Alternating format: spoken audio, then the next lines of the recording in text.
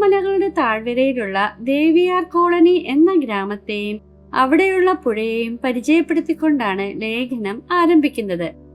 പ്രകൃതിയെ അത്രമേൽ സ്നേഹിക്കുന്ന എഴുത്തുകാരി തന്റെ ബാല്യകാലത്ത് മലനിരകൾക്കിടയിലൂടെ വെള്ളിയരഞ്ഞാണം പോലെ ഒഴുകിയിരുന്ന പെരിയാറിനെയും കൈത്തോടുകളെയും ഓർത്തെടുക്കുന്നു. ആറ്റിലെ തെളിനീരിൽ കണ്ണു ചുവക്കുവോളം നീന്തി തുടിച്ചിരുന്ന കുട്ടിക്കാലം അവർക്ക് ഏറെ പ്രിയപ്പെട്ടതായിരുന്നു. എന്നാൽ പഴയ തെളിനീർ പുഴയ്ക്ക് പകരം ഇന്ന് ചായപ്പൊടി കലക്കിയതുപോലെ കറുത്തിരുണ്ട വെള്ളമാണ് അവിടെ കാണാൻ സാധിക്കുന്നത്.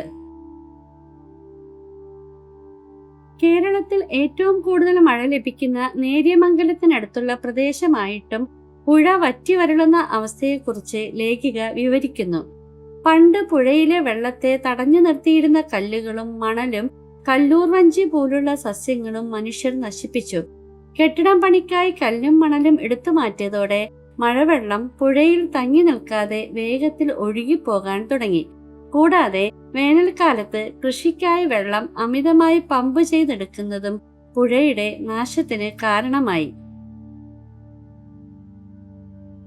പുഴകളിലും തോടുകളിലും പ്ലാസ്റ്റിക്കും മറ്റു മാലിന്യങ്ങളും വലിച്ചെറിയുന്ന മനുഷ്യന്റെ അശ്രദ്ധമായ പ്രവൃത്തികൾ പുഴയുടെ നാശത്തിന് ഒരു കാരണമാണ്. പുഴയോരങ്ങൾ കയ്യേറി കെട്ടിടങ്ങൾ നിർമ്മിക്കുന്നത് പരിസ്ഥിതിക്ക് വലിയ ആഘാതമുണ്ടാക്കുന്നു. പരിസ്ഥിതി സംരക്ഷണത്തെക്കുറിച്ച് ചർച്ചകളും ആഘോഷങ്ങളും പ്രഭാഷണങ്ങളും ഒരു വശത്ത് നടക്കുമ്പോഴും മറുവശത്ത് പ്രകൃതി വിഭവങ്ങൾ കച്ചവട കണ്ണോടെ നശിപ്പിക്കപ്പെടുകയാണ് ചെയ്യുന്നത്. പർവ്വതങ്ങൾ, സമുദ്രങ്ങൾ, മഴക്കാടുകൾ എന്നിങ്ങനെ ഭൂമിയിലെ അതിമനോഹരമായ ജൈവ വൈവിധ്യത്തെ നാം തിരിച്ചറിയേണ്ടതുണ്ട്. മനുഷ്യന്റെ അനാവശ്യ ഇടപെടലുകൾ കാരണം ഭൂമി നേരിടുന്ന വെല്ലുവിളികൾ ഏറെയാണ്.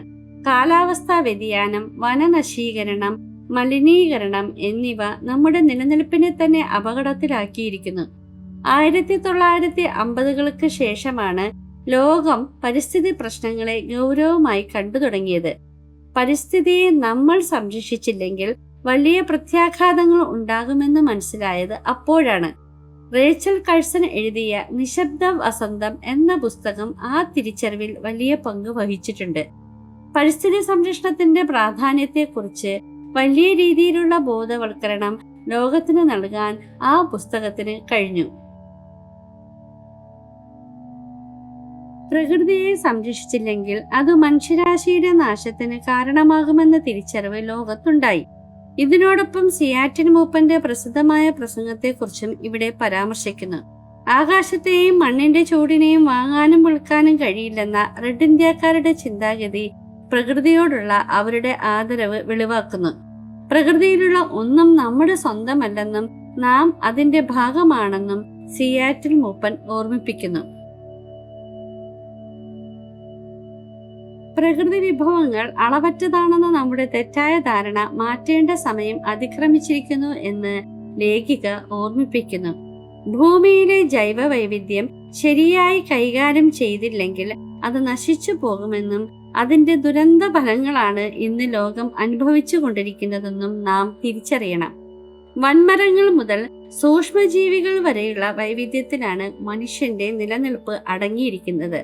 പ്രകൃതിയെ സംരക്ഷിക്കാനും നശിപ്പിക്കാനും മനുഷ്യന് മാത്രമേ കഴിയൂ എന്ന വലിയ ഉത്തരവാദിത്തം ചൂണ്ടിക്കാണിച്ചാണ് ലേഖനം അവസാനിക്കുന്നത്.